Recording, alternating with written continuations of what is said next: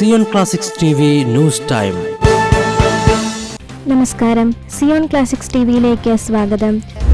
ഇസ്രായേലിൽ ബെനഡിക്റ്റൻ മഠാധിപതിയായ വൈദികന് നേരെ യഹൂദ ദേശീയവാദികളുടെ ആക്രമണം. ജെറുസലേം. ഇസ്രായേലിൽ ബെനഡിക്റ്റൻ സമൂഹത്തിൽ മഠാധിപതിയായ വൈദികന് നേരെ യഹൂദ ദേശീയവാദികൾ ആക്രമണം നടത്തിയതായി റിപ്പോർട്ട്. ഫാദർ നിക്കോദേമോസ് ഷ്നാബൽ എന്ന വൈദികനെ 2 യുവ യഹൂദ ദേശീയവാദികളാണ് ആക്രമിച്ചതെന്ന് കാത്തലിക് ന്യൂസ് ഏജൻസി റിപ്പോർട്ട് ചെയ്യുന്നു. അർമേനിയൻ യഹൂദ ക്വാർട്ടേഴ്സുകൾക്കിടയിലുള്ള അതിർത്തിയിലെ സിയോൺ ഗേറ്റിന് സമീപമാണ് സംഭവം. പ്രായപൂർത്തിയാക്കാത്ത ഒരാളും 20 വയസ്സുള്ള ഒരു യഹൂദനും വൈദികനെ തുപ്പുകയും അസഭ്യവാക്കുകളാൽ യേശുവിനെതിരെ ആക്രോശിക്കുകയുമായിരുന്നു.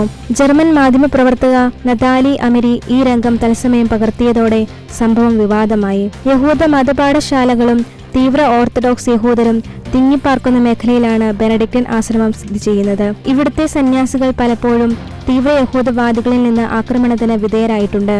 രാത്രിയിൽ ആശ്രമത്തിനു നേരെ കല്ലേറുണ്ടായ സംഭവം ഉണ്ടായതായും റിപ്പോർട്ടുണ്ടായിരുന്നു. ഡിസംബർ അവസാനത്തിൽ ഓർത്തഡോക്സ് സെമിത്തേരിയുടെ ചുവരിൽ ക്രിസ്ത്യൻ മിഷണറിമാർ ഹമാസിനേക്കാൾ മോശമാണ് എന്ന ചുവരെഴുത്ത് പ്രത്യക്ഷപ്പെട്ടിരുന്നു. തീവ്ര മാനസികാവസ്ഥ മാറ്റാൻ വിദ്യാഭ്യാസ പ്രക്രിയയിലൂടെ കടന്നു പോകേണ്ടതുണ്ടെന്നും ഭൂരിഭാഗം ആളുകളും ഈ നടപടികളെ പരസ്യമായി അപലപിച്ചാൽ ഒരുപക്ഷെ വ്യക്തികൾ തുപ്പുകയോ നിന്ദ്യമായ പരാമർശങ്ങൾ നടത്തുകയോ ചെയ്യുന്നതിന് മുൻപ് 2 തവണ ചിന്തിക്കുമെന്നും ക്രമേണ സമാധാനപരമായ അന്തരീക്ഷം സൃഷ്ടിക്കാൻ കഴിയുമെന്നും ജെറുസലേം സെന്റർ ഫോർ ജൂത Christian relations and programme director Hana Bendcowsky പറഞ്ഞു.